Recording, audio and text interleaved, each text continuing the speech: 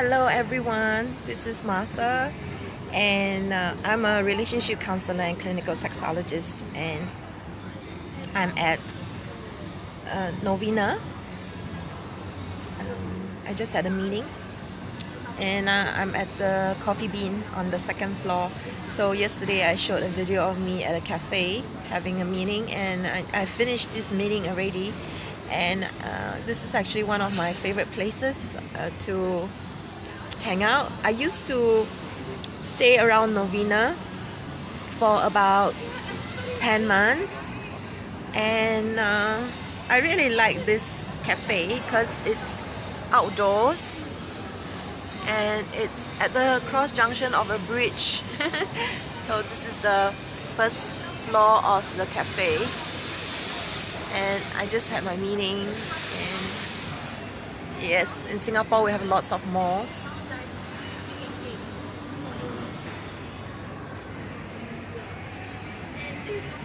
So yesterday I talked about how I like to do people watching, and so the meeting is over, and I'm just hanging out at this cafe. Okay, so I promised you that I'll be talking about sex toys. So without further ado, let me talk a little bit about sex toys. And I'm inspired to do this because some conversations around sex toys came up this week with my clients, and also just now with the person that I had a meeting with. And I have made a lot of videos around sexuality and sex toys, and I review sex toys on my YouTube channel.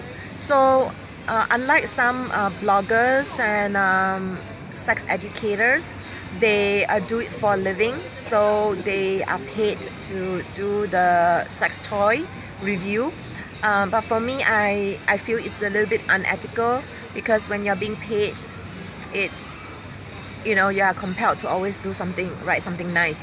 So for me, I usually do sex toy reviews when I actually happen to come across the sex toy, buy it for myself, or am given the sex toy by the sex toy manufacturer themselves. And I will always declare the sex toy's origin and the fact that I'm not being paid for it. So personally, I feel that if I'm going to write something negative about a sex toy, it's better not to write it, because our industry as sex educators is tough enough, and sex toy manufacturers get a lot of complaints and flack as it is. So they're trying to do something good and nice for people. They're trying to help people, and of course create a business. So personally, I feel that if I really don't like a sex toy, I just won't write a review about it, rather than write a negative review and hurt them. So that's why you'll find on my YouTube channel a lot of sex toys that I talk about. Usually it's positive, and I try to not say it in a mean way, because it hurts them and it hurts the whole industry. And so there are many videos that I've made about sex toys. So I have this to say. The first thing about sex toys is that there's nothing wrong with sex toys. You will not get addicted to sex toys, and a sex toy will not break your body. You will not break your body. So what you need to do, however, is learn to listen to your body. Listen to your body, trust your body. It's kind of like learning to trust yourself, that you're going to drive a car safely, that you're not going to kill someone. How is that? With practice. So you've had good teacher, driving instructor, and you've had lessons, and you practice, you drive carefully, you do self-care. For instance, you make sure that you drive when you're not too tired and you're not drunk, for instance. So you take responsibility for yourself. You learn to listen to yourself and trust your motor skills when it comes to driving. So similarly, when it comes to the use of sex toys, you learn to listen to your body. And I'm not sure why a lot of people are really scared about that. Oh, it's too strong, it's too this, it's too that. Then don't use it, or use it in a different way. So it's a vibrator is essentially a device with a motor inside, and it comes in all kinds of designs and vibrations. the more expensive ones will have more options, and the less expensive ones, some of them just have this on-off button. So what you do with a sex toy is, I'm using my pen. If you have a sex toy and you put it on your body, for instance, and it's vibrating, so you're feeling sore or kind of numb and you feel that it's too intense, then you move your vibrator around and you focus on what feels good. It's really that simple. It's really very simple. So why is it that we are comfortable with using body massages, but suddenly a sex toy that has a motor inside is scary? So it's the same. It's with the intention of creating sensations in your body, whether as a form of a massage or whether as a form of a stimulus. So it's not true that you become addicted to it. However, it is true that if you keep using the sex toy in the same way, your body can become desensitized. So a lot of some sex toys have very strong vibrations. So what you do is you may not want to always self-pleasure in the same way all the time. So variation is the key, so that your body doesn't get sensitized to it, but no, you will not get addicted to it. I don't know why people keep saying this, addicted to it. It's and there's this fear, like, you know, I like something too much. Why is it we don't have this fear of I like durian too much, or I like chocolate too much? And we use the word addiction very frivolously. Oh, I'm addicted to chocolate, and we say like, I'm addicted to chocolate, ha ha ha ha, like it's a good thing. But suddenly when it comes to I'm addicted to sex toys, and it's like, oh, bad, and so they don't want to even get started. That's really a simplification of things. So it's not true that you will get addicted to sex toys. It's not true that we need to limit ourselves to pleasure, otherwise we'll go out of control. When we seek pleasure in our lives and we are kind and gentle to ourselves, we're happy. And when we are happy, we are not going to go around being mean to other people. And being responsible for taking care of yourself is really important, because we go around expecting our beloveds, our partners, to save us. And when our partners can't, because they're human, they also have their own needs, wants, desires, then suddenly they're bad. So being an adult has everything to do with taking responsibility for yourself, including your happiness, your wellness, your sleep, your diet, and your fitness, and of course your pleasure. So your sexuality is something that you share with your partner. It's not something that you give sovereignty to your partner. And having said that about the use of sex toys and addressing the question of addiction to sex toys, now I want to talk about the use of sex toys. So what I actually mean to say is the use of sex toys, like the introduction of sex toys in a relationship was what I meant.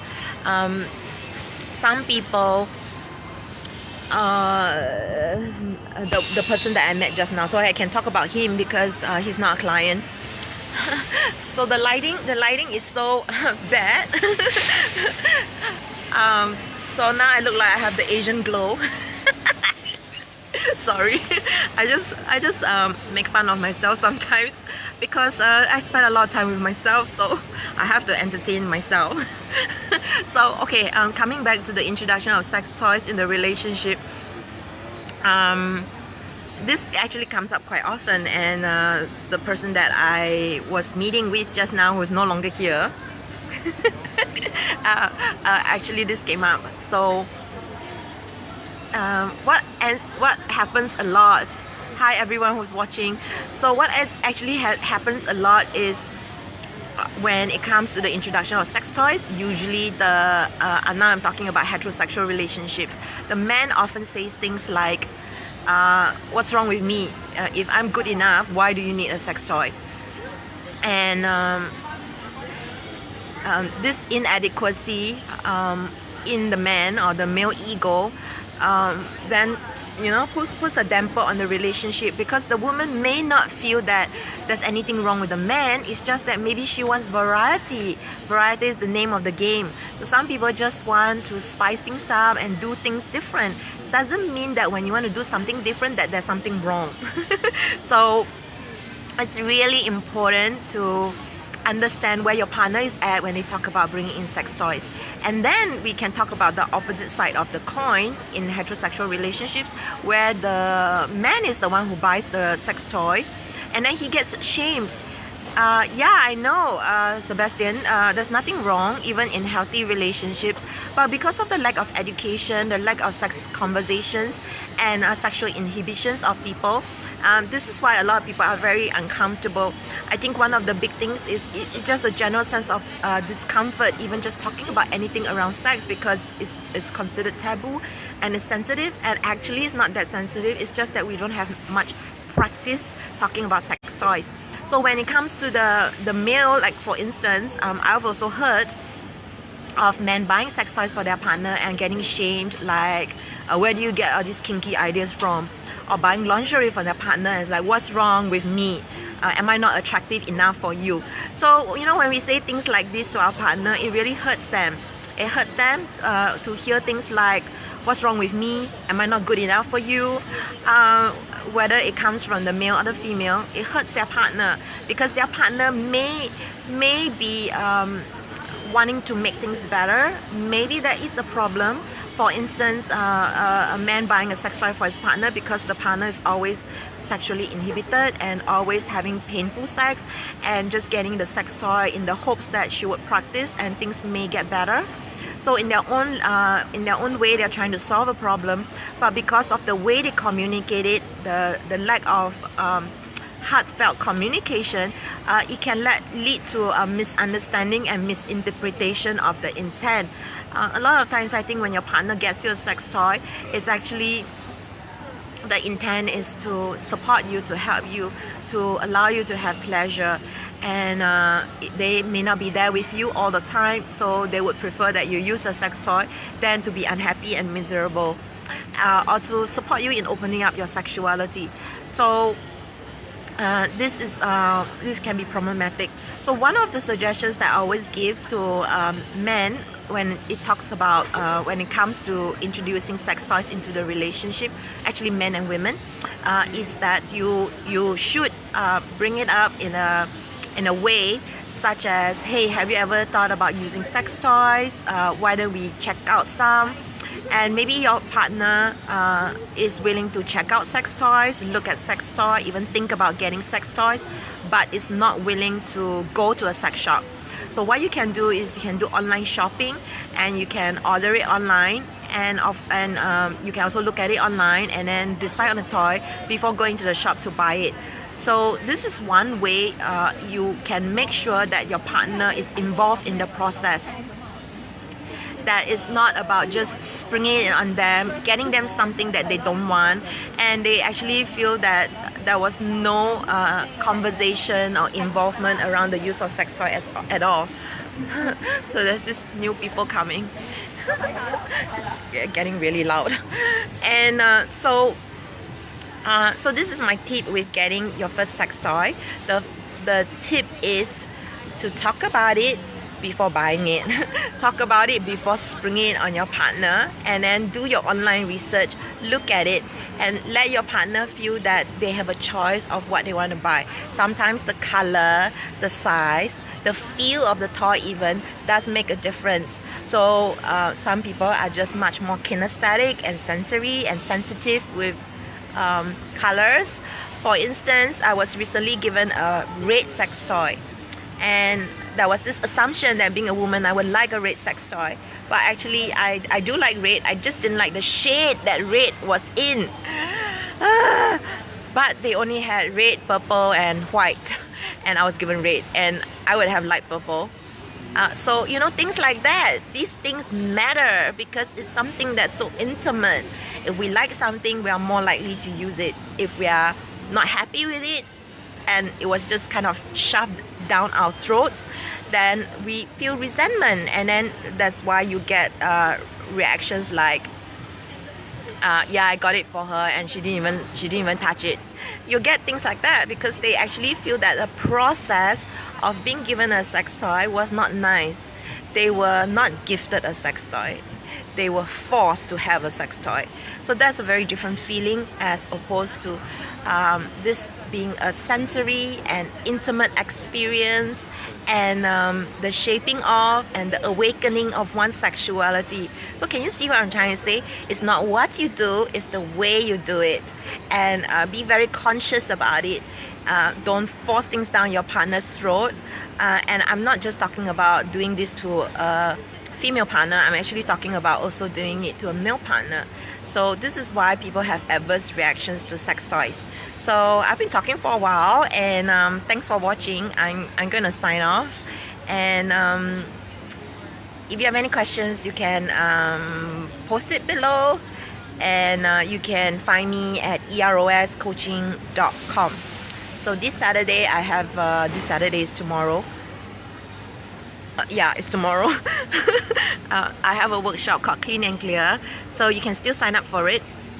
So Clean and Clear is my emotional releasing workshop.